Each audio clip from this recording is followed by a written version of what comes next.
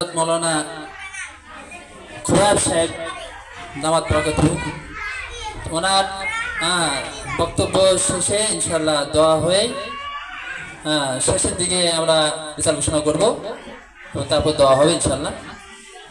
তো আপনারা একটু ধৈর্য সহকারে আর অল্প সময় থাকেন ইনশাআল্লাহ।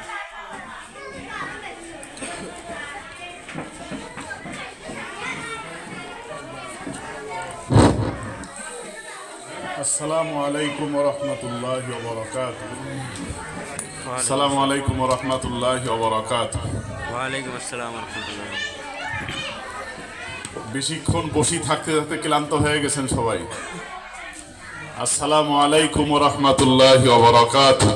ওয়া আলাইকুম আসসালাম ওয়া রাহমাতুল্লাহি ওয়া বারাকাতুহু। সবাই ক্লান্ত, পরিশ্রান্ত, মন খারাপ।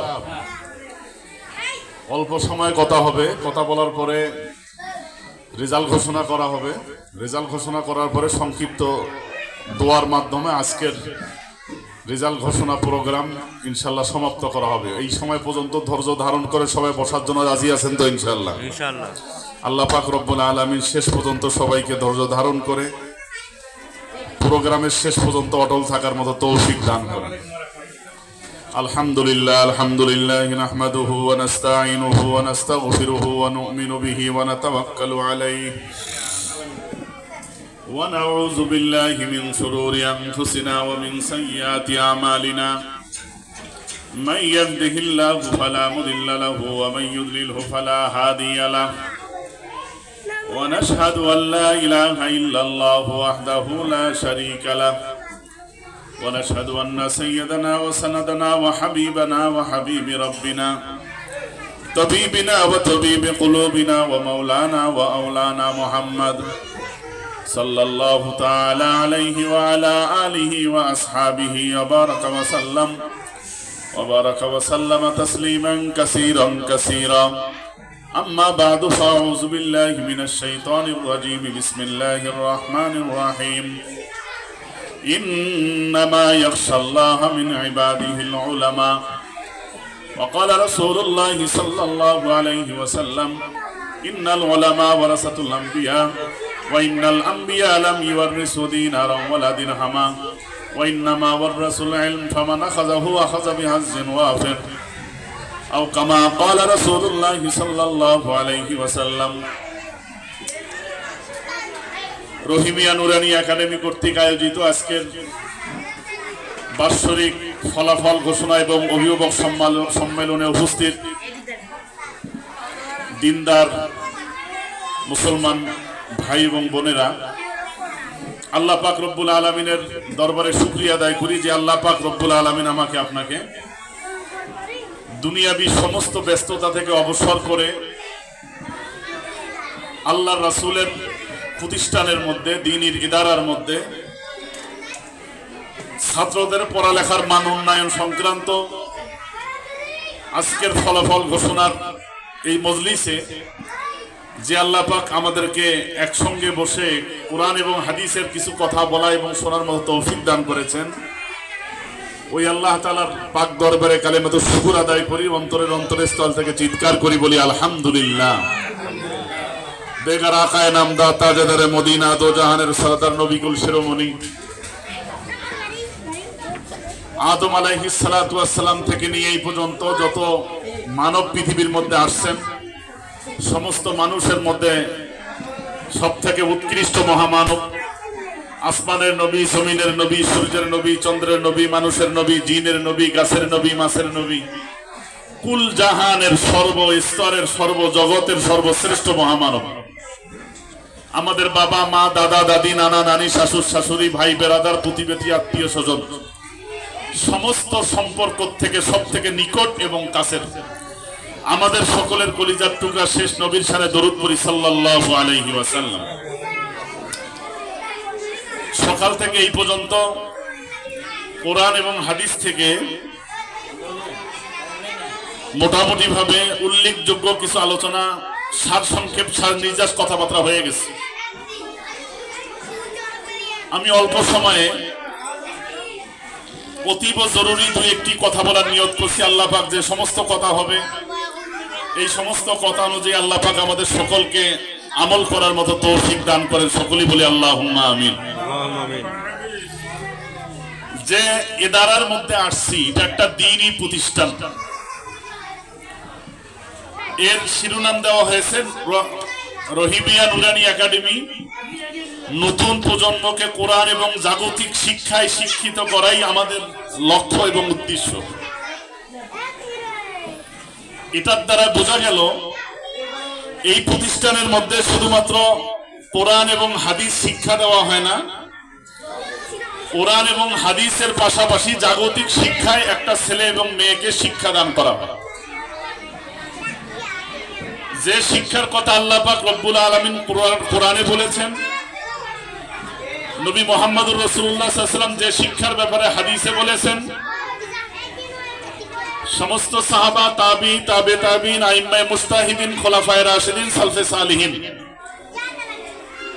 সমস্ত আকাবিরিনরা উম্মতের জন্য যে শিক্ষাকে অতীব জরুরি বলে ধর্তব্য করেছেন, এই শিক্ষাই এই মাদ্রাসায় দেওয়া হয়। যারা এই শিক্ষায় শিক্ষিত হবে, সঙ্গে সঙ্গে এর সঙ্গে কিছু বোনাস আমরা পেয়ে যাব। এই শিক্ষার সার্টিফিকেট জাগতিকভাবে কি হবে না হবে, এটার থেকে বেশি জরুরি হলো স্বয়ং মুহাম্মদুর রাসূলুল্লাহ সাল্লাল্লাহু আলাইহি ওয়াসাল্লাম এই শিক্ষার ব্যাপারে স্বীকৃতি নিজেই দিয়ে দিয়েছেন। এই শিক্ষার সার্টিফিকেট স্বয়ং মুহাম্মদুর রাসূলুল্লাহ সাল্লাল্লাহু আলাইহি ওয়াসাল্লাম দিয়ে দিয়েছেন। কি বলেছেন? খায়রুকুম মান তাআল্লামাল কুরআনা ওয়া আল্লামা। আমি মুহাম্মদুর রাসূলুল্লাহ সাল্লাল্লাহু আলাইহি ওয়াসাল্লাম সমস্ত বিশ্বের সমস্ত মানুষের উদ্দেশ্যে, সারা বিশ্বের সমস্ত মানুষের উদ্দেশ্যে পরিষ্কারভাবে একটা বক্তব্য জানাইতে চাই। এই বক্তব্যটা হলো, যারা কোরআন হাদিসের জ্ঞান শেখে, যারা শিখায়, হাদিস এবং কোরআনের তালিম তাআল্লুমের মধ্যে যারা নিজেকে জড়িত রাখে, কোরআন এবং হাদিসের শিক্ষায় যারা ছেলে মেয়েকে শিক্ষা দেয়, যারা দান করে এবং যারা গ্রহণ করে, উভয়ের ব্যাপারে আল্লাহ নবী সাল্লাল্লাহু আলাইহি ওয়াসাল্লাম বলেছেন খায়রুকুম। সারা বিশ্বের মধ্যে তাদের শ্রেষ্ঠত্ব, তাদের মর্যাদা, তাদের ফজিলতের ব্যাপারে আমি স্বয়ং মুহাম্মদুর রাসূলুল্লাহ তাদেরকে সার্টিফিকেট দিয়ে দিলাম। কি বললেন? খায়রুকুম মান তাআল্লামাল কুরআনা ওয়া আল্লামা। যে ব্যক্তি কোরআন শিক্ষায় শিক্ষিত করে, আমি মুহাম্মদুর রাসূলুল্লাহ সাল্লাল্লাহু আলাইহি ওয়াসাল্লামের পক্ষ থেকে তাদেরকে সর্বশ্রেষ্ঠ বলে তাদেরকে ঘোষণা আমি দিয়ে দিলাম। সুবহানাল্লাহ। তোমাদের তোমাদের মধ্যে সর্বশ্রেষ্ঠ ওই ব্যক্তি যে কোরআন নিজে শেখে অন্যকে শিখায়। এই হাদিসটা বুখারীতে আছে, মুসলিমে আছে, আবু দাউদে আছে, তিরমিজিতে আছে, নাসাইতে আছে, ইবনে মাজায় আছে, মুস্তাদরাকে হাকিমে আছে, মিশকাত শরীফে আছে, মুওয়াত্তা ইমাম মালিকে আছে, মুওয়াত্তা ইমাম মুহাম্মাদে আছে, তাহাবি শরীফে আছে, সিয়াসের প্রতিটি কিতাবের মধ্যে আছে। যারা কোরআন শেখে, নিজে শেখে অন্যকে শিখায়, তালিম তাআল্লুমের মধ্যে যারা নিজেকে জড়িত রাখে, তারাই হলো জাতির সূর্য সন্তান, তারাই হলো জাতির শ্রেষ্ঠ সন্তান। তাদের শ্রেষ্ঠত্ব কোন দুনিয়ার সার্টিফিকেট ঘোষণাধারী মানুষ স্বীকৃতি দেখ না দেখ, আমি স্বয়ং মুহাম্মদুর রাসূলুল্লাহর পক্ষ থেকে তাদেরকে আমি স্বীকৃতি দিয়ে দিলাম। তারাই সর্বশ্রেষ্ঠ মানব, তারাই সর্বশ্রেষ্ঠ মানুষ যারা কোরআন শেখে অন্যকে শেখায়। সুবহানাল্লাহ। এর থেকে বড় সার্টিফিকেট আমার জীবনের মধ্যে আর কিছু হতে পারে না। কারণ আমার জীবনের মধ্যে সত্যায়িত করেছেন স্বয়ং মুহাম্মদুর রাসূলুল্লাহ সাল্লাল্লাহু আলাইহি ওয়াসাল্লাম। উনি বলেছেন খায়রুকুম মান তাআল্লামাল কুরআনা ওয়া আল্লামা। তারাই সর্বশ্রেষ্ঠ মানুষ, তারাই জাতির শ্রেষ্ঠ সন্তান, তারাই জাতির সূর্য সন্তান, যারা নিজে কোরআন শেখে অন্যকে শেখায়। আরেকটু আকবরিয়া আল্লাহ নিজে বলেন, ইন্নাল উলামা ওয়ারাসাতুল আম্বিয়া ইন্নামা ইয়াখশাল্লাহা মিন ইবাদিহিল উলামা। আল্লাহ বলেন, পৃথিবীর মধ্যে কোনো ডাক্তার, কোনো ইঞ্জিনিয়ার, কোনো প্রফেসর, কোনো দার্শনিক, কোনো বৈজ্ঞানিক, তথ্য প্রযুক্তির উৎকর্ষতার এই যুগে কারো ব্যাপারে আল্লাহকে ভয় করার তাকওয়া পরহেজগারি সার্টিফিকেট আল্লাহ দেন নাই। আল্লাহ বলেছেন ইন্নামা ইয়াখশাল্লাহ মিন ইবাদিহিল উলামা, যারা হক্কানি রব্বানি আলেম হবেন, আলেমরাই একমাত্র আমাকে বেশি ভয় করে। সুবহানাল্লাহ। এই সার্টিফিকেট দিলেন আল্লাহ তাআলা নিজে। কি বলেছেন? ইন্নামা ইয়াখশাল্লাহ মিন ইবাদিহিল উলামা। শব্দটা ইন্না আনছেন। আরবি গ্রামারের মধ্যে ইন্না, আন্না, কান্না, লাকিন্না, লাইতালা, আল্লাহ, এই শব্দগুলো আরবি গ্রামার অনুযায়ী যেখানে আনা হয়, যেখানে আসে, ওখানে আবশ্যকতার অর্থ দেয়। নিশ্চয়ই, অবশ্যই, নিশ্চয়ই একমাত্র ওলামা একরামরাই, আলেমরাই আমাকে ভয় করে। কে বলেন? আল্লাহ স্বয়ং বলেন। কোন ডাক্তারের ব্যাপারে পুরা কোরআনের 114 সূরার মধ্যে 6666 আয়াতের মধ্যে, পুরা 30 পারা কোরআনের মধ্যে আল্লাহ পাক 25 জন নবী এবং রাসূলের কথা যে এখানে আলোচনা করেছেন, একটি আয়াতের দ্বারায়, একটি সূরার দ্বারায় এই কথা আল্লাহ কখনো বলেননি যে যারা ডাক্তারি পড়ে পড়ায়, যারা ইঞ্জিনিয়ারিং পড়ে পড়ায়, যারা বিজ্ঞান পড়ে পড়ায়, তারাই জাতির সূর্য সন্তান, তারাই জাতির শ্রেষ্ঠ সন্তান, তারাই আল্লাহকে ভয় করে। এই কথাটা কোরআনেরও বক্তব্য নয়, এই কথাটা হাদিসেরও বক্তব্য নয়। কোরআন এবং হাদিসের বক্তব্য হলো যারা কোরআন শরীফ পড়বেন, যারা পড়াবেন, হাদিসের ইলম যারা পড়বেন, যারা পড়াবেন, দ্বীনি শিক্ষা দীক্ষা যারা দেবেন, যারা গ্রহণ করবেন, তারাই আল্লাহর পক্ষ থেকে, আল্লাহর নবীর পক্ষ থেকে তাদেরকে শ্রেষ্ঠ সন্তান হিসাবে আল্লাহ পাক ঘোষণা করেছেন, আল্লাহ পাকের হাবিবও ঘোষণা করেছেন। সুবহানাল্লাহ। আরেকটা আয়াতের হাদিসের দ্বারা এর তাকিদ করা হয়েছে। ইন্নাল উলামা ওয়ারাসাতুল আম্বিয়া।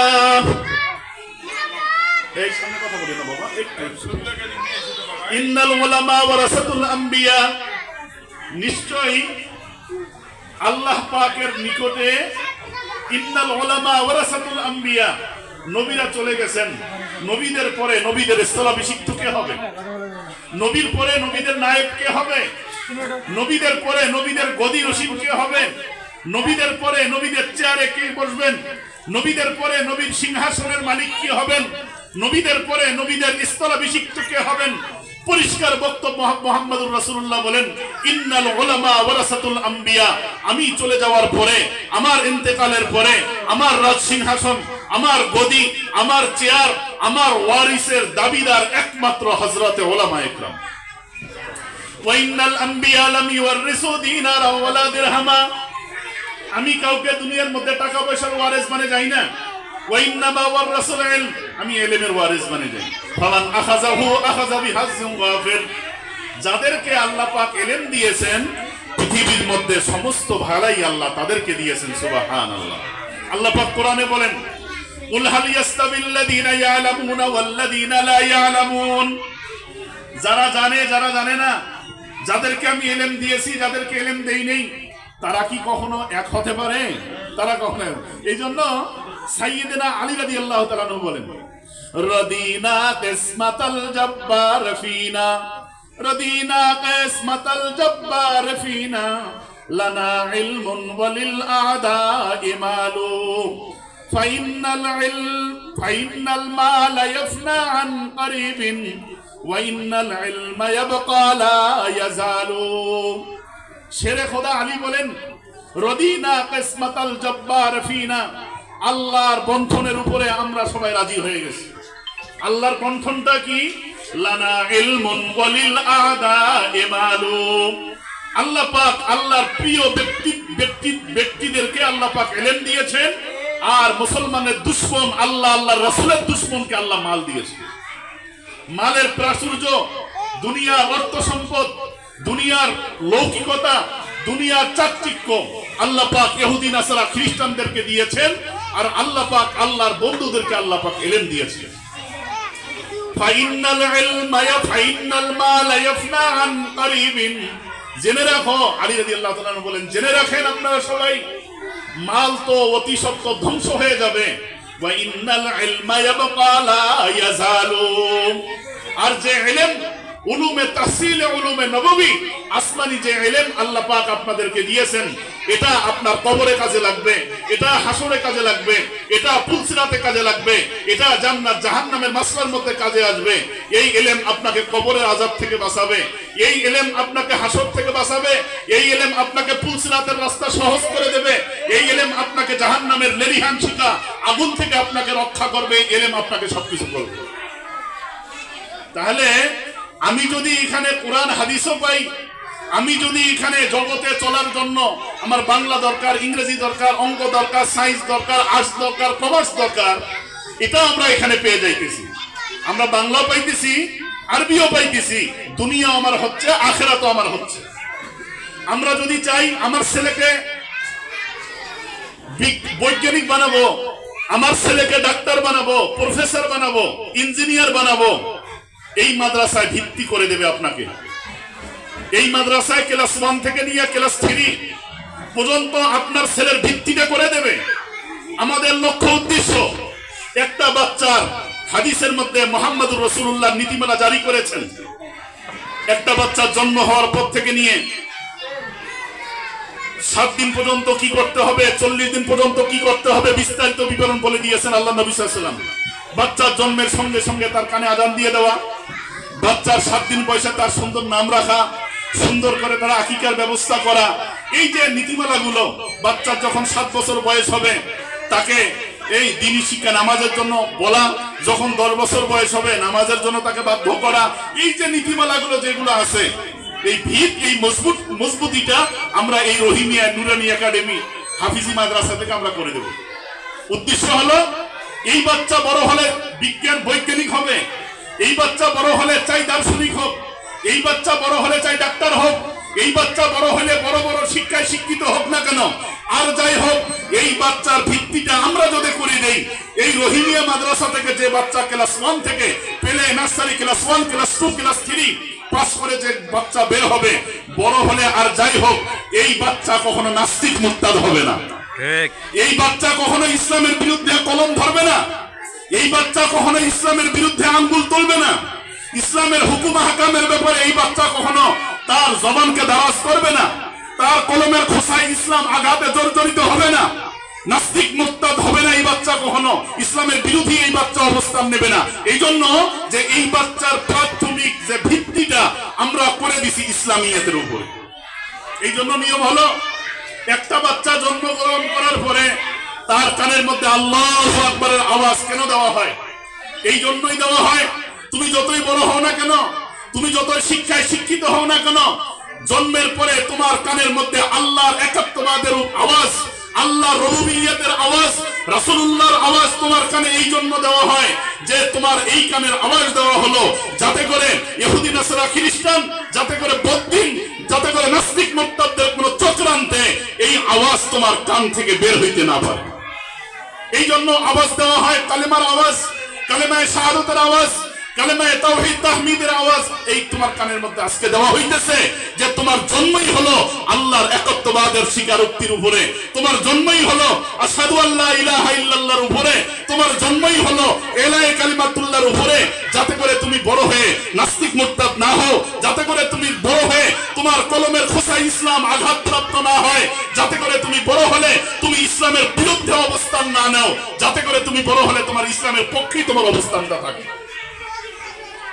এই জন্য ওলামায়ে ইকরামের ব্যাপারে পরিষ্কার ভাবে বলা হয়েছে, বাংলা, অঙ্ক, ইংরেজি, কলেজ, ইউনিভার্সিটি, স্কুল, যত ধরনের দিনই আপনার দুনিয়াবি শিক্ষা প্রতিষ্ঠান আছে, আপনারা বলেন ব্যঞ্জন বর্ণ, স্বরবর্ণ, ক্যাপিটাল লেটার, স্মল লেটার, একটা যদি কেউ পড়ে, সরেও সরেয়া রস্বই দীর্ঘই কেউ যদি পড়ে, তাহলে আল্লাহ রাসূল এই কথা কি কখনো বলেছেন যে তার আমলনামার মধ্যে একটা নেকি লেখা হবে? কেউ যদি এ বি সি ডি পড়ে তার আমলনামায় একটা হরফ দিয়ে 10টা নেকি লেখা হবে, এটা কি বুখারী মুসলিমে আছে? বুখারীর কথা কেন বলা হয় আপনাদেরকে বারবার? আসাহুল কুতুব বাদা কিতাবিল্লাহ, আল জামি, আল মুসনাদ, আল মুখতাসার মিন উমুরি রাসূলিল্লাহ সাল্লাল্লাহু আলাইহি ওয়াসাল্লাম ওয়া সুনানিহি ওয়া আইয়ামিহি। আসাহুল কুতুব বাদা কিতাবিল্লাহ, আল জামি, আস সহিহ, আল মুসনাদ, আল মুখতাসার মিন উমুরি রাসূলিল্লাহ সাল্লাল্লাহু আলাইহি ওয়াসাল্লাম ওয়া সুনানিহি ওয়া আইয়ামিহি, বুখারীর পুরো নাম। অর্থাৎ আসমানের নিচে জমিনের উপরে আল্লাহর কালামের পরে একমাত্র গ্রহণযোগ্য সর্বাধিক সহিহ বিশুদ্ধ গ্রন্থের নাম হলো বুখারী শরীফ। এই জন্য বুখারীর কথা বারবার বলা হয়। এই বুখারী রওয়ায়াতের মধ্যে আল্লাহর নবী বলেন, মান ক্বারা হারফাম মিন কিতাবিল্লাহ ফালাহু হাসানা ওয়াল হাসানাতু বিআশরি আমসালিহা।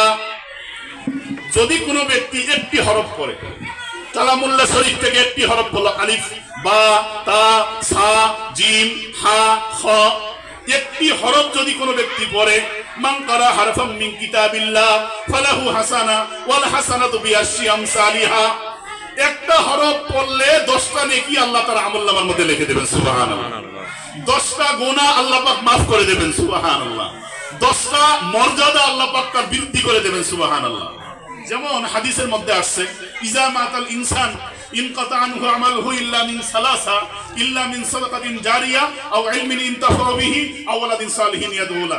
মানুষ মারা যাওয়ার পরে, এই হাদিসটা আপনারা হাজারবার শুনছেন, মানুষ মারা যাওয়ার পরে সমস্ত রাস্তা বন্ধ হয়ে যায় কবরের সঙ্গে, 3টা রাস্তা খোলা থাকে। আপনারা শুনছেন কিনা? তার মধ্যে একটা হলো ওয়ালাদে সালেহ, নেককার সন্তান। কোন ব্যক্তি যদি আমাদের দুনিয়ার মধ্যে রেখে যায়, তাহলে এই নেককার সন্তান যতদিন পর্যন্ত পৃথিবীর মধ্যে ভালো কাজ করবে, এর একটা বেনিফিট, এর একটা বোনাস, এর একটা লাভ আল্লাহ আপনার কবরের মধ্যে কিয়ামত পর্যন্ত পৌঁছাবেন। এই হাদিসটা শুনেন নাই? আচ্ছা, এটা হলো মুদ্রার এপিট ওপিট। বাংলাতে 2টা কথা আছে, মুদ্রার এপিট ওপিট।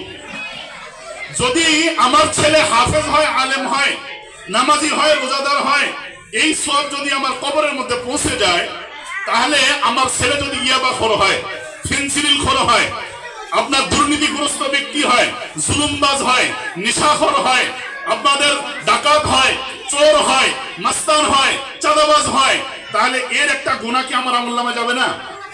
কথাটা মনে হয় বুঝাইতে পাইনি আপনাদেরকে। যদি আপনার বাচ্চা দুনিয়ার মধ্যে থেকে ভালো কাজ করে, এর নেকি যদি যায়, খারাপ কাজ করলে এর নেকি যাবে না কেন? কোরআনটা তো কোরআনের মতো করে বুঝতে হবে, কোরআনের মেজাজ অনুযায়ী বুঝতে হবে।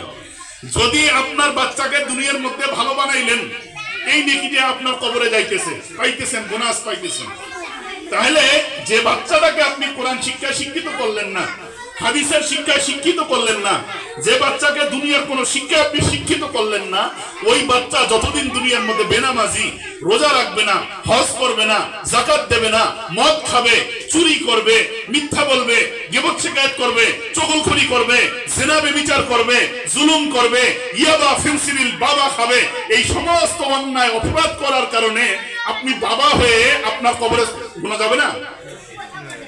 প্রমাণ দেই, হাদিসের মধ্যে আসছে। একটা সন্তানকে আল্লাহ পাক রব্বুল আলামিন যখন কিয়ামতের দিন বিচার হবে, তুমি নামাজ কেন পড়ো নাই, রোজা কেন পড়ো নাই, হালাল হারাম বিবেচনা করে কেন তুমি চলো নাই, ওই ব্যক্তি বলবে, আয় আল্লাহ, আমার বাবাই শুধুমাত্র পড়ছে, আমাকে পড়ার জন্য নির্দেশ দেয় নাই, আমার বাবাই কোরআন পড়ছে, আমাকে পড়ার জন্য হুকুম দেয় নাই। আমি যদি আজকে জাহান্নামের উপযুক্ত বলে আমাকে ঘোষণা করা হয়, আমার রবের কাছে আমি আরজি জানাই, আমাকে শিক্ষায় না, সুশিক্ষায় শিক্ষিত না করার কারণে আমি যেহেতু জাহান্নামে যাব, আমি একাই যাব না, আমার বাবাকে সঙ্গে নিয়ে আমি যাইতে চাই। আল্লাহ বলবেন, তুমি, তোমার দায়িত্ব ছিল, আল্লাহ কুল্লুকুম রাইন ওয়া কুল্লুকুম মাসউলুন আন রাইয়াতিহি, তোমরা সকলেই জিম্মাদার। একটা গার্ডিয়ান, তলাবুল ইলমি ফারিজাতুন আলা কুল্লি মুসলিম ওয়া ফি রিওয়ায়াতিল মুসলিমা, তোমার একটা বাচ্চাকে একদম বিবাহ দেওয়ার আগ পর্যন্ত পিতা হিসাবে তোমার কিছু দায়িত্ব, তোমার কিছু কর্তব্য আছে। তাকে সুশিক্ষায় শিক্ষিত করা, তাকে নামাজের মাসালা, রোজার মাসালা, হজের মাসালা, যাকাতের মাসালা, অর্থাৎ একটা মানুষ চলা ফেরা, উঠা বসা, লেনদেন, মুআমালাত, মুআশারাত, সামাজিক সমস্ত কর্মকাণ্ড নিয়ে চলতে পারে, হালাল হারাম চিনতে পারে, জায়েজ না জায়েজ চিনতে পারে, এই ব্যাপারে তোমাকে যথাযথভাবে দায়িত্ব দেওয়া হয়েছিল। বাবা হিসাবে তুমি দায়িত্ববান তোমার ছেলেকে শিক্ষা দেওয়ার জন্য। যেহেতু তুমি শিখো নাই, তোমাকে শিক্ষা দেয় নাই, সেক্ষেত্রে তুমি তো নিজেই একটা বিপদগ্রস্ত, উল্টা বাবাকে সঙ্গে নিয়ে জাহান্নামে যাওয়ার একটা বিকল্প সুরত আল্লাহ পাক করে দেবেন। আপনার ছেলে যদি আলেম হয়, আপনার ছেলে যদি হাফেজ হয়, হাফেজ আলেম নাও যদি হতে পারে, কমপক্ষে ক্লাস 5-3 পর্যন্ত এই রহিমিয়া মাদ্রাসার একাডেমিক শিক্ষায়, কোরআন হাদিসের শিক্ষায় শিক্ষিত হয়, তাহলে এই ছেলে কোনোদিন বাংলাদেশের টাকা পাচার করে বেগম বাড়ি বিদেশে বানাবে না। এই ছেলে বাংলাদেশের দুর্নীতি করবে না, এই দেশে বাংলাদেশে লুটপাট করবে না, কারণ তাকে শিক্ষা দেওয়া হয়েছে অন্যের হক নষ্ট না করতে, তাকে শিক্ষা দেওয়া হয়েছে জুলুম অত্যাচার না করতে, তাকে শিক্ষা দেওয়া হয়েছে জুলুম করলে এই ফলাফল, ব্যভিচার করলে এই ফলাফল। একটা মাদ্রাসার ছাত্র জীবনে কোনোদিন ওই জেনাকার হিসাবে কারাগারে যাবে না, লুটতারাজ হিসাবে মাস্তানি চাঁদাবাজি করে সে চাঁদাবাজি করে আমাদের বিদেশের মধ্যে সে পালে যাবে না, যদি আপনার ছেলেটা সুশিক্ষায় শিক্ষিত হয়। সেক্ষেত্রে আমি যদি চাই আমার বাচ্চাটা ইসলামিক শিক্ষায় শিক্ষিত হোক, কিংবা ইসলামী শিক্ষায় শিক্ষিত করার ইচ্ছা আমার নাই, আমি ছেলেকে ডাক্তার বানাবো, বানান কোনো আপত্তি নেই। সবাইকে আলেম হতে হবে এমন কোনো জরুরি নয়, সবাইকে মুহাদ্দিস মুফাসসির মুফতি হতে হবে এমন কোনো জরুরি নয়। তবে যে পরিমাণ ইলম শিক্ষা করলে একটা মানুষ দুনিয়াবী জীবন চলতে পারে, এই পরিমাণ ইলম বাবা হিসাবে, মা হিসাবে, গার্ডিয়ান হিসাবে আপনার উপরে শিক্ষা দেওয়া ফরজ। আমি ক্লাস 3 পরে আমার বাচ্চাকে পিএসসি জিএসসি তে এসএসসি তে যাব, আপনি যান। আমি ক্লাস 3 পাস করার পরে ছেলেকে ডাক্তারি লাইনে পড়াবো, পড়ান। ইঞ্জিনিয়ার বানাবো, বানান। ডাক্তার বানাবো, বানান। কোনো আপত্তি নেই। আপত্তি এই জায়গায় যে আপনি একটা বাচ্চাকে জন্ম দিলেন, তার বয়স 7 বছর 8 বছর 9 বছর, সে কোরআন শরীফ পড়তে পারে না, সে নামাজের ফরজ জানে না, ওযুর ফরজ জানে না, গোসলের ফরজ জানে না, তায়াম্মুমের ফরজ জানে না, নামাজের ওয়াজিব কয়টা জানে না, নামাজের সুন্নতে মুআক্কাদা কয়টা জানে না, নামাজের আরকান আহকামের ব্যাপারে তার কোনো খবর নেই, সে জানাজা জানে না, সে ঈদের নামাজ জানে না, সে জুমার নামাজ জানে না। অর্থাৎ আপনার ছেলেকে আপনি জন্মই শুধু দিলেন, জন্ম দিয়ে আপনার ছেলেকে জাহান্নামের রাস্তায় আপনি ধরে দেবেন। আমি সম্মানিত অভিভাবক যারা আসছেন তাদেরকে আমি উদাত্ত আহ্বান জানাই, আপনি যদি চান আপনার ছেলে আপনার চোখে চোখ রেখে কোনোদিন কথা না বলুক, আপনি যদি চান আপনার ছেলের কারণে মাথা নত না কোনোদিন না হোক, সমাজের মধ্যে ইয়াবা খাওয়ার ফেন্সিডিল খাওয়ার না হোক, আমার ছেলে কোনো এই স্মাগলিংয়ের শিকার না হোক, তাহলে আপনার জন্য কর্তব্য হলো এই রহিমিয়া মাদ্রাসাকে নিজের প্রতিষ্ঠান মনে করে, নিজের ইদারা মনে করে, এই মাদ্রাসা, এই প্রতিষ্ঠানটা আপনার, প্রতিষ্ঠানটা আমাদের নয়। প্রতিষ্ঠানটার হেফাজত করার দায়িত্ব আপনার, প্রতিষ্ঠানের হেফাজত করার দায়িত্ব আমাদের নয়। কারণ যে আলেমকে মহব্বত করবে, অ্যাশ হোক, কালো হোক, পশ্র হোক, সে যদি না হয়, তার বাবা তার ছেলেও যদি না হয়, তার নাতি পুতির বংশের মধ্যেও আল্লাহ পাক তাকে ওই বংশের মধ্যে একটা আলেম বানাবেন। কুন আলিমান আও মুতাআল্লিমান আও মুহিব্বান আও মুস্তামিআন ওয়ালা তাকুন খামিসান ফাতুহলিক। কিভাবে দুর্নীতিগ্রস্ত থেকে আমরা মুক্তি পাবো একটা উদাহরণ দেই। সাইয়েদনা ওমর রাদিয়াল্লাহু তাআলা এর জামানায় রিলিফের মাল বিতরণ হয়েছে, চাদর, গায়ের চাদর। ওমর রাদিয়াল্লাহু তাআলা জুমার খুতবার মধ্যে দাঁড়াইছেন, সবার জন্য রিলিফের মাল বিতরণ হয়েছে, একটা একটা করে কম্বল চাদর বিতরণ হয়েছে। ওমর রাদিয়াল্লাহু তাআলা খুতবার জন্য দাঁড়াইছেন, তার গায়ের মধ্যে 2টা কম্বল ছিল। মুসল্লিয়ান একরাম যারা ছিলেন সাহাবারা, তারা ইসলামের ব্যাপারে কখনো আপোষ করেন নাই। তেলবাজ বর্তমান বাংলাদেশে চলে, যে যত বেশি তেলবাজ হতে পারে তার প্রমোশন তত বেশি বড়। কিন্তু সাহাবাদের মন মানসিকতা ইসলামের ব্যাপারে আপোষহীন মন মানসিকতা, কোনো আপোষ চলবে না ইসলামের ব্যাপারে, ইমানের ব্যাপারে কোনো আপোষ চলবে না। হযরত উম্মে হাবিবা রাদিয়াল্লাহু তাআলা আনহা, আল্লাহ রাসূলের সম্মানিত স্ত্রী, কিরাম বাবার নাম আবু সুফিয়ান, ঘরে গেছেন আল্লাহ নবী সাল্লাল্লাহু আলাইহি ওয়াসাল্লামের বিছানার মধ্যে যখন বসতে যাবেন, ওনার ঘরের বিছানাটা আলাদা চাদর দিয়ে আলাদা মুড়ে রাখছেন। তারিখুল ইসলামের মধ্যে, সিরাতে খাতামুল আম্বিয়ার মধ্যে ঘটনা আছে। বাবা খুব রাগান্বিত হলেন, আমি তোমার বাবা, আমি বসবো, বসার আগে তুমি বিছানার চাদর তুমি উঠিয়ে ফেললে। আজীব জবাব দিয়েছেন উম্মতের মা হযরত উম্মে হাবিবা রাদিয়াল্লাহু তাআলা আনহা। উনি বলেছেন, আমি এটা পছন্দ করি না। আমার পবিত্র সত্তা মুহাম্মদুর রাসূলুল্লাহ সাল্লাল্লাহু আলাইহি ওয়াসাল্লাম যে পবিত্র শরীর নিয়ে যে বিছানায় বসেন, ওই বিছানার মধ্যে কোনো কাফেরের শরীর পড়বে, এটা আমি কখনো পছন্দ করি না। তার মনে হলো কাফেরদের ব্যাপারে, ইসলামের ব্যাপারে আপোষহীন মনোভাব বাচ্চা তৈরি করবে এই রহিমিয়া মাদ্রাসা। ওমর রাদিয়াল্লাহু তাআলা আনহু দাঁড়াইলেন, তার গায়ে 2টা জামা, নিম্নাঙ্গে একটা, ঊর্ধ্বাঙ্গে একটা। নিম্নাঙ্গ বলা হয় নাভির নিচ থেকে, ঊর্ধ্বাঙ্গ বলা হয় নাভির উপর থেকে। একজন এসে জিজ্ঞেস করলেন, ইয়া আমিরাল মুমিনিন ওমর ইবনুল খাত্তাব রাদিয়াল্লাহু তাআলা আনহু, আপনার শরীরে 2টা চাদর কেন? পাইলাম সবাই একটা করে, আপনি দেখি রিলিফের মাল 2টা নিয়ে গেছেন। যতক্ষণ পর্যন্ত এই জিনিসটার উত্তর সঠিকভাবে না পাবো ততক্ষণ পর্যন্ত আপনার কথা শুনবো না, মানবো না। ওমর রাদিয়াল্লাহু তাআলা আনহু বললেন, এই প্রশ্নের উত্তরের ফয়সালা যতক্ষণ না হবে খুতবা হবে না। ওনার ছেলে ছিলেন আব্দুল্লাহ ইবনে ওমর রাদিয়াল্লাহু তাআলা, আব্দুল্লাহকে বললেন তাদের উত্তরটা আপনি দিয়ে দেন, তুমি দিয়ে দাও।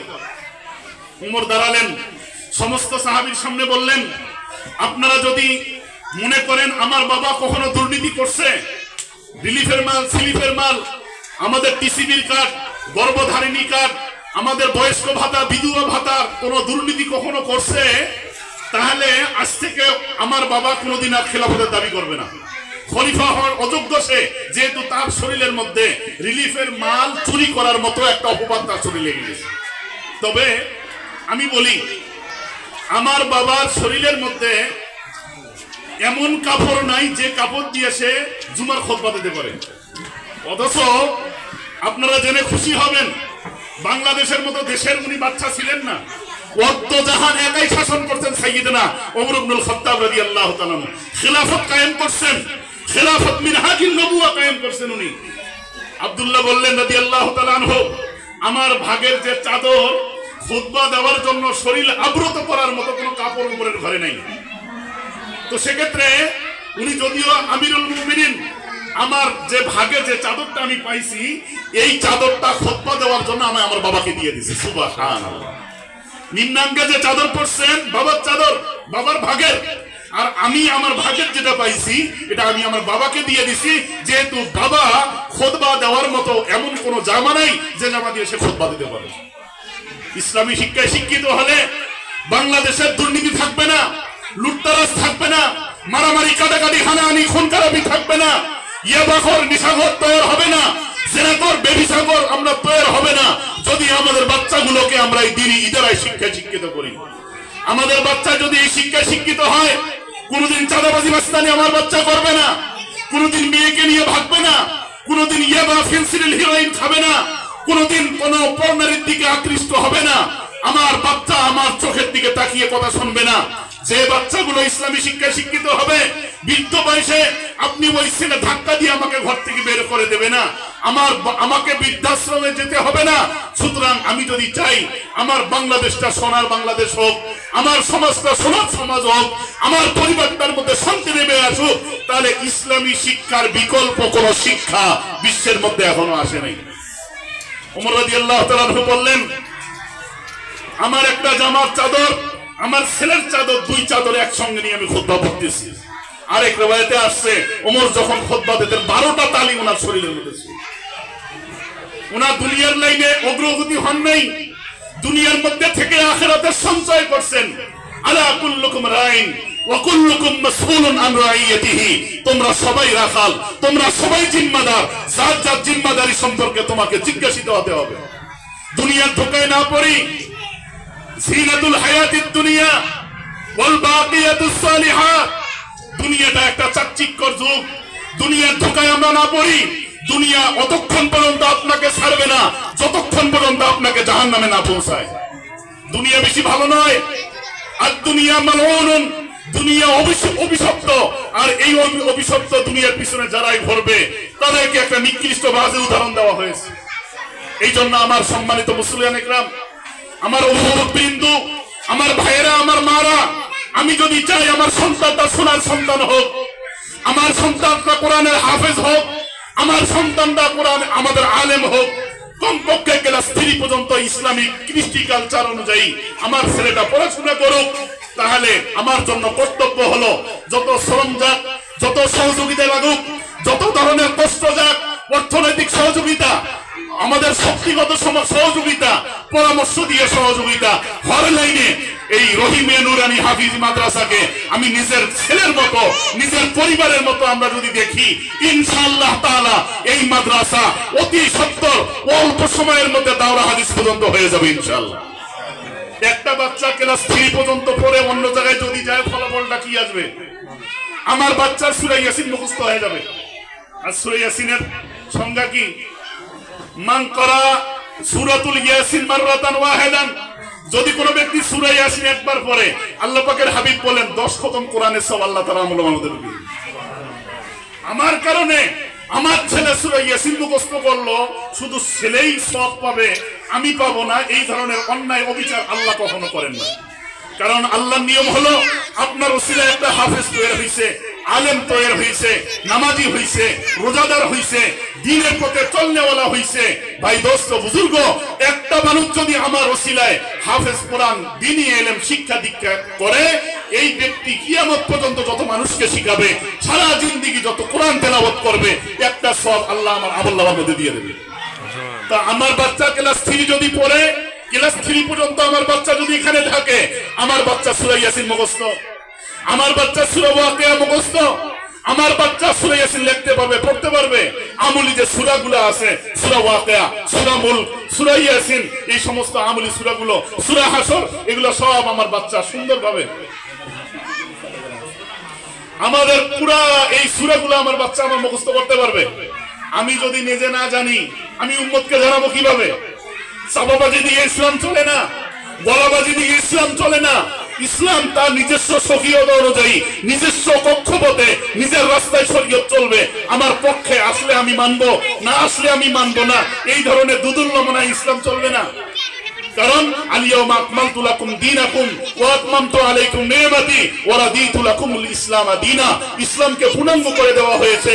ইসলামের সঠিক যে শিক্ষাটা, ইসলামের সঠিক যে শিক্ষাটা, গতকাল কাকরাইল মসজিদের আমাদের আমির মাওলানা জুবাইর সাহেব জুমা পড়ায় আসছিলেন। উনি বয়ানের শুরুতে বললেন, আজকে যদি আমার বাচ্চাগুলো দ্বীনি শিক্ষায় শিক্ষিত না হয়, জুবাইর সাহেবের গতকালের বয়ান, আমার বাচ্চারা দ্বীনি শিক্ষায় শিক্ষিত না হয়, ইসলামী আইন কায়েম হয়ে গেল। বাবা বললেন, তুমি যদি 5 ওয়াক্ত নামাজের 1 ওয়াক্ত নামাজ কাজা করো, তাহলে তোমার হাড়ি ঘুরাঘুরি ঘর ফেলে দেবে। এখন ওই ছেলে কি করলো? নামাজের সময় হয়েছে, এখন নামাজ না পড়লে তো বাবা মারবে, ভাত দেবে না, ওযু থাক না থাক, নামাজের মধ্যে চলে গেছে। জুবাইর সাহেব বলতেছেন, এটা হলো বাপওয়ালা নামাজ, বাপওয়ালা নামাজ, বাপের ভয়ে নামাজ পড়তেছে। মানুষ যদি তৈরি না হয়, ইসলামী রাষ্ট্র কায়েম হয়ে গেল, রাষ্ট্রীয়ভাবে ঘোষণা করা হলো যে সবাই নামাজ পড়া বাধ্যতামূলক, নামাজ না পড়লে বেত্রাঘাত করা হবে। নামাজের সময় হয়ে গেছে, আপনার অনেকের গোসল ফরজ, অনেকের উযু নাই, অনেকের অনেক পবিত্রতা অর্জন হয় না। এখন আপনি সরকারের ভয়ে আপনি মসজিদের মধ্যে যায়, ইমাম সঙ্গে সঙ্গে আল্লাহু আকবার বলেন। রাষ্ট্রীয়ভাবে ইসলাম কায়েম হলে মানুষের মন যতক্ষণ তৈরি না হবে, মানুষের অন্তর তৈরি না হবে, পরিবর্তন যার যার অবস্থান থেকে যদি না হয়, সমাজ কোনোদিনও পরিবর্তন হবে না। সমাজ যদি পাল্টাইতে চাই, সমাজ পরিবর্তন করতে চাই, রাষ্ট্র পরিবর্তন করতে চাই, পরিবার পরিবর্তন করতে চাই, তাহলে একটাই বিকল্প ব্যবস্থা, তা হলো পরিবর্তনটা আমি আমার থেকে শুরু করব। আমি পরিবর্তন হইলাম না, আমি সুদ খাই, আমি ঘুষ খাই, আমি অসৎ পথে চলি, আমি চাঁদাবাজি মাস্তানি করি, তাহলে সমাজ যার যার অবস্থান থেকে সবাই যদি করে, তাহলে সমাজটা পরিবর্তন হবে কেমনে? এই জন্য আমার দোস্ত বুজুর্গ, অভিভাবক বৃন্দ, সম্মানের সঙ্গে, ইজ্জতের সঙ্গে আপনাদেরকে জানাইতে চাই, একদম পেলে নার্সারি, ক্লাস 1, ক্লাস 2, ক্লাস 3 একটা বাচ্চা পড়লো, মোটামুটি 3 পর্যন্ত স্কুলের মধ্যে। আপনাদেরকে আমি হলফ করে একটা কথা বলি, স্কুলের মধ্যে একটা বাচ্চা ক্লাস 1, ক্লাস 2, ক্লাস 3 পড়লো, আমাদের এই প্রতিষ্ঠানে একটা বাচ্চা ক্লাস 1, ক্লাস 2, ক্লাস 3 পড়লো। কম্পিটিশন, প্রতিযোগিতায় যদি দেখা হয়, তাহলে স্কুলের মধ্যে ক্লাস 3 পড়ার পরে যে যোগ্যতা অর্জন হবে, আমাদের এই প্রতিষ্ঠানে ক্লাস পর্যন্ত পড়লে এর থেকে ডাবল যোগ্যতা অর্জন হবে। অনেক বাচ্চা আছে বাংলা রিডিংও পড়তে পারে না, এই যে রহিমিয়া নুরানি একাডেমি, এখানে লেখা আছে বানান করি পড়বে। আমার বাচ্চা যখন এখানে পড়বে, ইংরেজির লাইনে সবল হবে, বাংলার লাইনে সবল হবে, অঙ্কের লাইনে সবল হবে, ধর্মের লাইনেও সবল হবে। পুরা কোরআন শরীফ অনর্গল দেখে পড়তে পারবে একটা বাচ্চা। 3 পড়লে বাংলাটাও হইতেছে, আরবিটাও হইতেছে। এমন নয় যে শুধুমাত্র আরবি পড়ানো হয়, বাংলা পারে না, ইংরেজি পারে না, অঙ্ক পারে না। আমি আপনাদেরকে হলফ করি, আমি ঐতিহ্যবাহী তনকা মসজিদের পেশ ইমাম, ঐতিহ্যবাহী তনকা মসজিদের পেশ ইমাম। আমি আপনাদেরকে হলফ করে একটা কথা বলে দেই, যদি এই প্রতিষ্ঠানটাকে আপনারা সবাই আঁকড়িয়ে ধরেন, দল মত নির্বিশেষে, সমস্ত ভেদাভেদ ভুলে, তাহলে অতি সত্বর যেভাবে এই প্রতিষ্ঠানটা সামনে আগাইতেছে, এই প্রতিষ্ঠান অগ্রযাত্রা যেভাবে হইতেছে, ইনশাআল্লাহ অতি সত্বর দাওরা পর্যন্ত মাদ্রাসা হয়ে যাবে ইনশাআল্লাহ। আর সর্বশেষ কথা হলো ক্লাস 3 আমরা পড়লাম, ক্লাস 3 আমার বাচ্চা পড়লো, কয়েকটা শিক্ষায় শিক্ষিত হলো, সূরা ইয়াসিন মুখস্থ, সূরা হাসর মুখস্থ, সূরা ওয়াকিয়া মুখস্থ, কোরআনের শুরু থেকে নিয়ে শেষ পর্যন্ত অনর্গল পুরো কোরআন শরীফ দেখি পড়তে পারতেছি। এরপরে ইনশাআল্লাহ আপনারা যদি সবার সার্বিক সহযোগিতা আমরা পাই তাহলে ইনশাআল্লাহ এই বছর থেকে হেফজ ইনশাআল্লাহ এই বছর থেকে হেফজ করার ইনশাআল্লাহ আমরা ওই ক্লাসটা আমরা সামনে খোলার জন্য আমরা চেষ্টা করব। আমরা খুলে ফেলছি ইনশাআল্লাহ, আমরা খুলে ফেলছি। হেফজর ভর্তি চলতেছে, এখন নুরানি শেষ, আমাদের হেফজের মধ্যে চলে যাবেন। আপনারা দোয়া করবেন হেফজ শেষ, শুনানি এখানে দেবে, কিতাবখানা এখান থেকে একটা ছাত্র যাতে করে দাওরা পাস হয়ে বের হইতে পারে। এই কম্পিটিশনের যুগে হাজারো মানুষ চাকচিক্য দেখাবে, হাজারো হাজার মানুষ সার্টিফিকেট ধুয়ে পানি খাবেন। বাংলাদেশের সার্টিফিকেটের কি মূল্যায়ন আছে আমাকে দেখেন। আমরা যদি পরিবর্তন নিচ থেকে শুরু না হয়, আমার মতো লোক আপনার মতো লোক 10 লক্ষ 12 লক্ষ 15 লক্ষ টাকা দিয়ে একটা সরকারি চাকরি কে দেবে? কোন গ্যারান্টি আছে? 10 লক্ষ টাকা দিয়েছেন, চাকরির কোনো খবর নাই। চাকরি কি অবস্থা, বা চাকরির বাজার তো ভয়াবহ অবস্থা। হাজার হাজার বিসিএস ক্যাডাররা এসএসসি এইচএসসি ডিগ্রি পাসধারী মানুষরা রিক্সা চালাইতেছে, গার্মেন্টসে চাকরি করতেছে, খুব মানবতর জীবন যাপন করতেছে। আর একটা হাফেজ, হক্কানি আলেম হাফেজকে আপনি দেখান যে আলেম হাফেজটা বেকার বসে আছে, কোনো কাজ নাই, কর্ম নাই। তো সেক্ষেত্রে আমি যদি চাই আমার দুনিয়াটা উপরে উঠুক, আখেরাতটা সুন্দর হোক, আমার বাচ্চা সুশিক্ষায় শিক্ষিত হোক, আমার বাচ্চা আরবি বাংলা ইংরেজি একসঙ্গে মোটামুটি পড়ুক, তাহলে আমার আপনার জন্য কর্তব্য হলো যে এই প্রতিষ্ঠানটাকে ক্লাস 3 পর্যন্ত হেফজ পর্যন্ত এই বাচ্চাগুলোকে আমরা এখানে রাখবো তো ইনশাআল্লাহ। 2 নম্বর আমাদের দায়িত্ব আছে একটা, ওই হাদিসটা বললাম আলা কুল্লুকুম রাইন। 2 নম্বর দায়িত্ব হলো যে যারা এই মাদ্রাসায় বাচ্চাগুলো ভর্তি এখনো করে নাই, এই মাদ্রাসার নাম বলে বাচ্চা কালেকশন আমাকে করতে হবে, অর্থনৈতিক ভাবে সহযোগিতা আমার করতে হবে। বাচ্চাদের কার্পেট নেই, কার্পেটের ব্যবস্থা আমি আমার স্বার্থে করব। আপনাদেরকে আমি বলি, আমরা যে নামাজ পড়ি, নামাজকে আল্লাহর জন্য পড়ি না নিজের স্বার্থে পড়ি? আমরা নিজের স্বার্থে নামাজ পড়ি। আল্লাহর জন্য নামাজ আমরা কয়জনে পড়ি? আল্লাহকে রাজি খুশি করার জন্য। আরে আমি জানি আমি নামাজ না পড়লে আমার কবরে হাঁটুর বালা ফাড়াইবে, এই জন্য নামাজ পড়ি। নামাজ না পড়লে সাপ আমার কামড়াবে, বিচ্ছু কামড়াবে, ঝাকুমের ফল খাওয়াবে, আমার উত্তপ্ত ফুটন্ত পানি আমাকে খাওয়াবে, পুজ আমাকে খাওয়াবে, আমাকে সকাল বিকাল পিটাবে, সাপ বিচ্ছু আমাকে কামড়ে শেষ করে ফেলাবে। এই জন্য না আমি নামাজ পড়ি। কিছু কাজ করা দরকার। আল্লাহ হতে গেলে, আল্লাহর নিকটতম হতে গেলে এমন কিছু কাজ করতে হবে যে কাজগুলো আমাদের নিরেট আল্লাহর জন্য আমরা করি। মাদ্রাসার বাচ্চাদের বসার সুন্দর একটা কার্পেট কিনে আমরা ব্যবস্থা করে দিলাম। গরমের দিনে একটা ফ্যান দরকার, 3000 টাকা দিয়ে একটা ফ্যান, এমন ফ্যান নয় যে ওটা যদি ঘুরে হেলিকপ্টারের মতো ঘর ঘর ঘর ঘর আওয়াজ হয় বাড়ির মধ্যে, এই সমস্যা।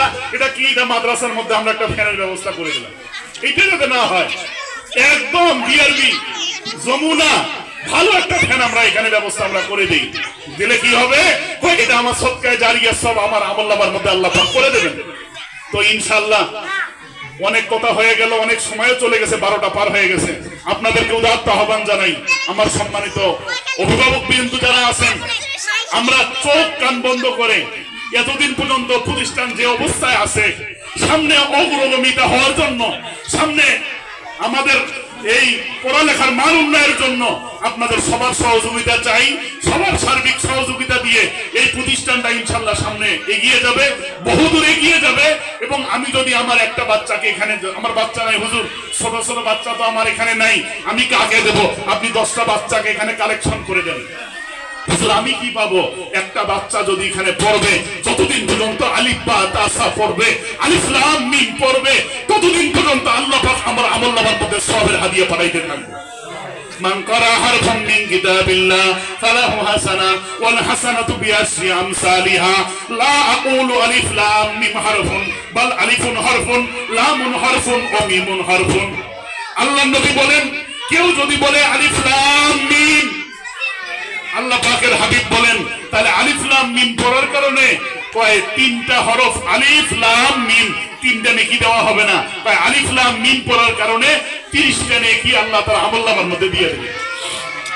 সুতরাং আমার দায়িত্ব আমার সমাজটা সুন্দরভাবে চলুক, আমার দায়িত্ব আমার পরিবারটা সুন্দরভাবে চলুক, আমার দায়িত্ব আমার বাংলাদেশটা সোনার বাংলাদেশ হয়ে যাক, এটা যদি আমার দায়িত্ব কর্তব্য হয়ে থাকে, তাহলে এই প্রতিষ্ঠানটাকে আমি অনলাইনে আমার কথা দিয়ে, আমার কাজ দিয়ে, আমার মেধা দিয়ে, আমার পরামর্শ দিয়ে, আমার অর্থ দিয়ে প্রতিষ্ঠানটাকে সবাই নিজের পরিবারের একটা প্রতিষ্ঠান হিসাবে অন্তর্ভুক্ত করবো ইনশাআল্লাহ। কারা কারা রাজি আছেন? দুই হাত তুলে আল্লাহকে দেখান তো দেখি, হাত নামান। আল্লাহ পাক সকলের নিয়তকে আল্লাহ পাক কবুল ও মঞ্জুর করেন। আমার এই বাচ্চাগুলো শিক্ষার লাইনে হল লাইনে সহযোগিতায় আল্লাহ পাক রব্বুল আলামিন আমাকে তৌফিক দান করেন। আল্লাহ পাক রব্বুল আলামিন। আর সব থেকে বড় কথাটা হলো, আলেমরা নবীদের ওয়ারিস। নবীরা যেখানে নাই আলেমরা সেখানে আছে। নবীকে ইজ্জত করা, আলেমকে ইজ্জত করা, আলেমকে সম্মান করা, নবীকে সম্মান করা। যেহেতু আল্লাহ কোরআনে বলেছেন, নবীও হাদিসে বলেছেন যে আমার পরে আমার স্থলা বিশিষ্ট হযরত উলামায়ে কেরাম। আমি যদি মাদ্রাসা চালাই, আমি নিজে নামাজ নাই, নিজে রোজা করি না, নিজে সুরুত টানি, নিজে ইয়াবা খাই, ফেন্সিডিল খাই, হিরোইন খাই, নিজে বসি বসি চায়ের হোস্টেলে টিভি দেখি, তাহলে আমার দ্বারা যারা পড়বে ওরা কিভাবে লাভবান হবে বলেন? এই জন্য আমরা একজন দক্ষ মানুষ এখানে পাইছি, হযরত মাওলানা মুফতি মাসউদুর রহমান সাহেব দামাত বরকাতুহুম। যোগ্য মানুষ, আলিমি ইলমওয়ালা মানুষ, আমলওয়ালা মানুষ, নরম মানুষ। এই মানুষটার মধ্যে আল্লাহ পাক যে গুণগুলো দিয়েছেন এটাকে ব্যবহার করুন। আমি তো তনকা মসজিদেও বলি, বারবার এই কথাটা বলি, আমির হামজা, আমির হামজা, আমির হামজাকে হওয়ার জন্য এলাকার যে কোনো একটা মানুষকে মূল্যায়ন করতে হবে না? আমার এলাকায় তো একজন আমির হামজা হতে পারে, আমার এলাকার মধ্যে একজন তারেক মনোয়ারের জন্ম হতে পারে। তো হওয়ার জন্য এলাকার আলেমদেরকে তো মূল্যায়ন করতে হবে। মূল্যায়ন না করলে কি হবে বলেন? এই জন্য কদরে নিয়ামত বাদে সওয়াল। দাঁত থাকতে দাঁতের মূল্য বুঝেন, নিয়ামত থাকতে নিয়ামতের মূল্যায়ন করেন, নিয়ামত থাকতে নিয়ামতের কদর করেন। যদি দাঁত থাকতে যাদের মূল্যায়ন আমরা না বুঝি, সময় থাকতে সময়ের কদর আমরা যদি না করি, তাহলে এই নিয়ামত হারিয়ে দেওয়ার পরে আমাদের আফসোসের কারণ হবে। কারণ দোকানে, মাঠে, ঘাটে, রেস্তোরাঁয়, হোটেলে সব দুনিয়াবি আলোচনা, দুনিয়ার আলোচনা। কে কয় বিঘা আলু গাললো, কে কয় বিঘা ধান গাললো, কার দোকানের কি সমস্যা, কার ব্যবসা বাণিজ্যের কি সমস্যা। কিন্তু এই প্রতিষ্ঠানে আসলে মনে হয় যে এখানে দিনের একটা পরিবেশ, দিনের একটা ফিজা, আপনার অন্তরটা ঠান্ডা হয়ে যাবে। এই জন্য হুজুর ইসলাম বলেছেন, তাকেই বন্ধু হিসাবে গ্রহণ করো যার সঙ্গে মিশলে আল্লাহ আল্লাহ রাসূলের কথা স্মরণ হয়। তাকে বন্ধু হিসেবে মানো যার সঙ্গে মিশলে কবর, হাসর, ফুসরাতের কথা আমার স্মরণ হয়। আপনাদেরকে উদাত্ত আহ্বান জানাবো, মাদ্রাসা নিজের পরিবার। আমার পরিবারের একটা সমস্যা হলে আমি যেমন বেতাল হয়ে যাই, অস্থির হয়ে যাই, এই মাদ্রাসাটাকেও বিভিন্ন ধরনের সমস্যা আসতে পারে, সমস্যা হতে পারে। অনলাইনে সহযোগিতা করার জন্য আল্লাহ পাক রব্বুল আলামিন আমাদের সকলকে তৌফিক দান করেন। ওমা আলাইনা ইল্লাল বালাগ ওয়া আখিরু দাওয়ানা আলহামদুলিল্লাহি রাব্বিল আলামিন। পরিশেষে আমি বলতে চাই, এই প্রতিষ্ঠান চালাইতে যে ধরনের ত্রুটি বিচ্যুতি মানুষ বলতে হতে পারে, আরবির মধ্যে আমরা পড়ছি আল ইনসানু মুস্তাকুম মিনান নিসিয়ান। মানুষ ভুলের ঊর্ধ্বে নয়, কেউ ভুলের ঊর্ধ্বে নয়। প্রতিষ্ঠান চলাইতে বিভিন্ন ছোট খাটো ত্রুটি বিচ্যুতি হতে পারে। এই ত্রুটি বিচ্যুতি গুলো আপনার অফিসের মধ্যে এসে এক কাপ চা খেয়ে আপনারা বলে যাবেন, হুজুর আদবের সঙ্গে, খবরদার বেয়াদবি যাতে না হয়, আদবের সঙ্গে এটা এভাবে করলে হুজুর মনে হয় ভালো হয়, ওটা ওভাবে করলে মনে হয় ভালো হয়। এইভাবে আপনারা যদি অনলাইনে সহযোগিতা করেন, ইনশাআল্লাহ এই প্রতিষ্ঠানটা একটা আমাদের পুরো মিঠাপুকুরের 17টা ইউনিয়নের মধ্যে একটা আদর্শ শিক্ষা প্রতিষ্ঠান হয়ে যাবে। ওমা আলাইনা ইল্লাল বালাগ ওয়া আখিরু দাওয়ানা আলহামদুলিল্লাহি রাব্বিল আলামিন।